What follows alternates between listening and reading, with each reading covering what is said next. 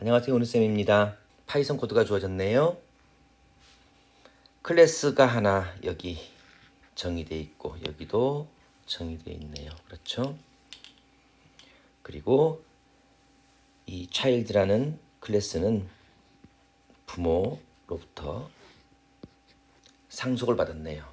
parent라는 클래스를 들여다보니까 안에 생성자 그리고 소멸자가 각각 정의되어 있고 show라는 메서드가 하나 또 정의되어 있네요.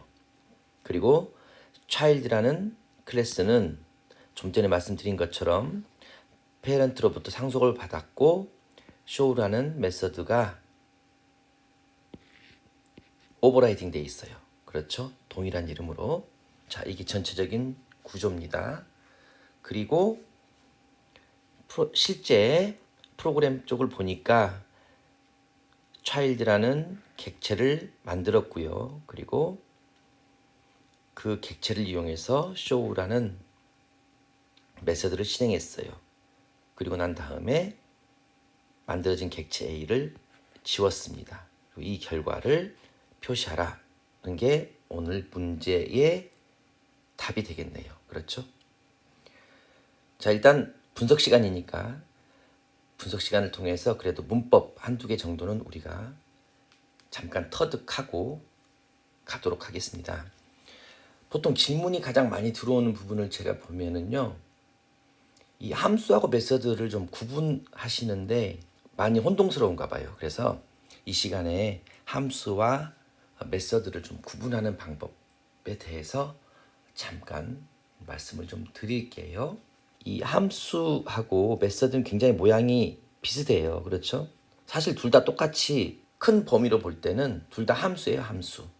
근데 얘가 어디에 위치해 있느냐에 따라서 구분하는 방법이 좀 다르죠. 그렇죠? 그래서 제가 이렇게 표를 좀 그리도록 하겠습니다. 자, 보통 그 위치를 보게 되면 함수는 보통 독립적인 위치에 있어요. 누구에게 구속되지 않고 독립적으로 위치하고 있고 메서드는 반드시 어디 안에 있어야 되는 거예요.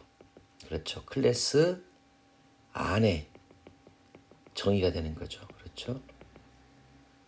그리고 그 모양을 보면은요. 둘이 굉장히 유사해요. 사실은. 근데 파이썬은 약간 독특한 모양이 있기 때문에 금방 구분이 좀 가능하다라고 말씀드릴 수도 있겠네요. 보통 이제 함수 같은 경우나 메서드 같은 경우는 앞에 def 즉 define이라는 키워드를 이용해 가지고 정의를 하죠. 그렇죠? 정의를 하는 모양이라고 이렇게 말씀을 드려야 되겠네요. 얘도 역시 이렇게 앞에다가 def라는 키워드를 써준 다음에 그 다음에 함수는 함수명 그리고 여기 이제 이렇게 괄호를 써주게 되죠. 이 괄호 안에 이제 아무것도 안 써줄 수도 있지만 필요하다면은 값을 받을 파라미터를 여기다가 써주잖아요. 그렇죠? 그리고 여기 반드시 땡땡 이렇게 콜론이 들어가게 되죠. 메서드도 마찬가지죠. def 쓰고 나서 메서드 이름 쓰고 역시 괄호를 써주는데 반드시 메서드는 요 앞에 뭐가 들어가요? 그렇죠. 셀프라는 키워드가 들어가요. 이렇게 반드시. 얘는 그냥 하나의 여러분이 문법으로 외워주세요. 외워. 뭐 이게 들어가는 의미가 있긴 한데 거기까지는 여러분이 굳이 알 필요가 없습니다. 그리고 이제 만약 어떤 값을 받고자 한다면 여기다가 이제 연결해서 파라미터를 써주면 되죠. 이런 모양을 가지고 있어요. 역시 얘도 콜론을 이렇게 땡땡 이렇게 적어주게 되는 거죠. 이렇게. 그래서 그 아래쪽에다 이제 그 함수나 메서드가 실행할 코드를 이렇게 들여쓰기 해가지고 쭉 적어주게 되면 파이썬에서는 들여쓰기가 일종의 포함 관계잖아요. 자바나 C에서는 물론 들여쓰기를 안 해도 되지만 보통 포함된다는 의미를 표시할 때 이렇게 중괄호를 써주잖아요. 파이썬에서는 이 들여쓰기 의미가 굉장히 중요하죠. 자, 그리고 실행될 때도 약간 그 스타일이 좀 다르잖아요. 그것도 한번 정리해 볼게요. 어떻게 되는지. 자, 보통 함수는 실행할 때 그냥 독립적으로 실행되는 거예요. 그렇죠? 독립적으로 실행된다는 얘기는 함수명 하고 나서 괄호 열고 괄호 닫고 하게 되면 그 함수가 바로 실행되는 거죠. 예를 들자면 여러분이 sum이라는 함수가 있다 하면 그냥 sum 하고 괄호 열고 괄호 닫고 하면 바로 실행되는 거고 값을 받는 경우는 어떻게 돼요? 값을 받는 경우는 예를 들어서 뭐 result라는 변수에 실행한 결과를 넣고 싶다 그러면 result는 뭐 sum 괄호 열고 괄호 닫고 이렇게 함으로써 바로 sum 함수를 실행한 결과값을 result라는 변수에 받아 넣을 수가 있죠. 그렇죠? 메서드는 좀 다르죠. 아까도 말씀드렸다시피 메서드는 반드시 클래스 안에 선언돼야 되기 때문에 이 메서드를 실행하기 전에 그 클래스를 통해서 객체를 만들어야 되는 거죠. 그렇죠? 객체가 먼저 만들어져야 되는 거죠. 그래서 여러분들이 여기 옆에서 이 예제를 보더라도 여기 부분이 있잖아요. 여기 이렇게 show라는 메서드를 실행하기 전에 반드시 이렇게 객체를 만들었잖아요. 그렇죠? 그런 식으로 여러분이 써줘야만이 실행이 가능하죠. child라는 객체를 만든 다음에 실행할 때 이렇게 만들어진 객체 이름을 쓰고 나서 뒤에 이런 식으로 메서드 이름을 써줌으로써 실행이 가능하게 되는 거죠.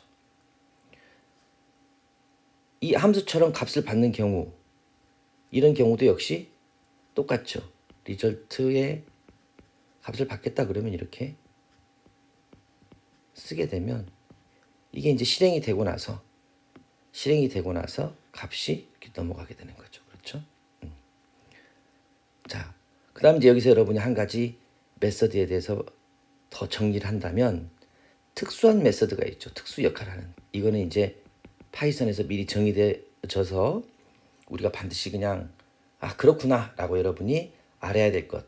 여러 가지가 있는데 그 중에서 오늘 소개된 2가지 정도만 여러분이 아시면 시험 보는 데는 크게 문제 없을 거예요. 역시 메서드이기 때문에 반드시 앞에다가 이렇게 def라고 define 써주고 나서 언더스코어 2개 한 다음에 init라는 키워드 써주고 다시 언더스코어 2개. 그리고 아까처럼 메서드는 반드시 그 안에 self라는 키워드가 들어가야 된다. 요 땡땡. 이게 이제 생성자가 되는 거죠. 생성자라는 것은 객체가 만들어질 때 실행되는 특수한 메서드다. 아시죠? 또 생성자와 반대 역할을 하는 게 하나 있었죠. 바로 소멸자. df 하고 나서 언더스코어 2개 하고 나서 dl 언더스코어 2개 역시 괄호 self 땡땡. 얘는 소멸자. 소멸자는 객체가 지워질 때 자동으로 실행되는 메서드다. 딱 이 정도 여러분이 알고 계시면은 뭐 거의 함수와 메서드는 정확하게 구분하실 수 있을 거라고 생각해요. 그리고 한 가지 이제 여기서 이 프로그램 안에서 배울 기본적인 문법 하나가 바로 뭐냐면 여기 보여지는 바로 상속받은 자녀가 오버라이딩 하는 경우. 그렇죠?